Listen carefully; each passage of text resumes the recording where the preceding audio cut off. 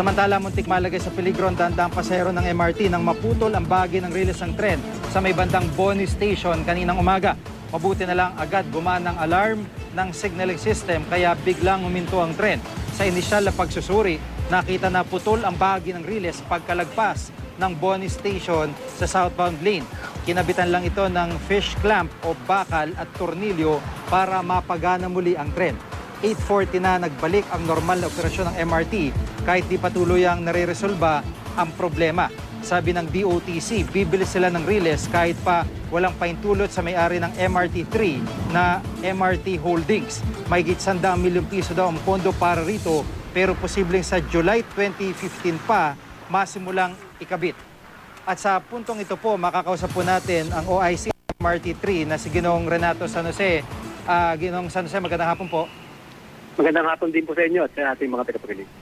Opo, kumusta na po ang sitwasyon dito sa nagkaabiryang bahagi ng riles ng MRT kaninang umaga? Sa ngayon po, patuloy na nadadaanan po yan ang ating mga tren at kumpleto po ang ating biyahe magmula sa Taft Avenue hanggang sa North End pa.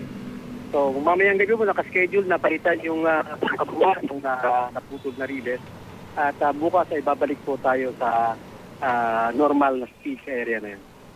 Opo, pero sa bahagi po nung mismong nagka-damage na iyon, paano po nagiging sistema ng tren ninyo? Kailangan bumagal muna sila, magdahan-dahan? Babagal po siya. Maximum po niya na ay 10 kilometers per hour pag dumadaan po siya. Pag nakalampas po siya, balik po siya sa 40 kph. Opo. Pero hindi naman ho ito delikado para sa load nung ni-repair na riles na yan? Hindi po. Nakikita ito po ay naayon po sa kaukulang procedure natin sa pagre-repair ng ganitong uri ng mga aberya. Opo. Dito po sa mga reports kanina ay marami pa na kailangang i-repair na bahagi ng riles ng MRT. Gaano ho ang kabuang haba nito? Gaano karami po ito?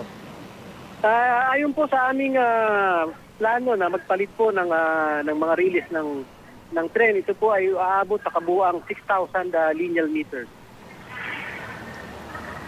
Opo.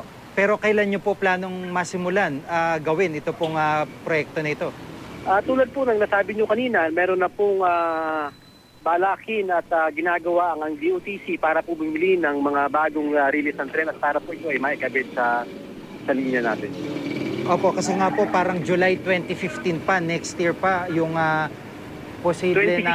hindi naman po siguro aabutin ng 2016. Kasi Opo. yung pong budget na isinilya ng DOTC para dito ay kabilang po sa 2014. Opo, yung ganito po mga cases, hindi nyo po ba tinatrato na urgent ito o parang emergency cases?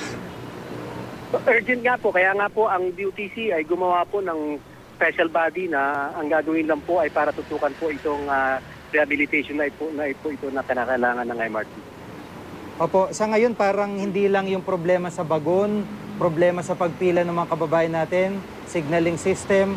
Ngayon, pati riles ang problema. Parang paano nyo ba talaga i-address itong problema ng MRT?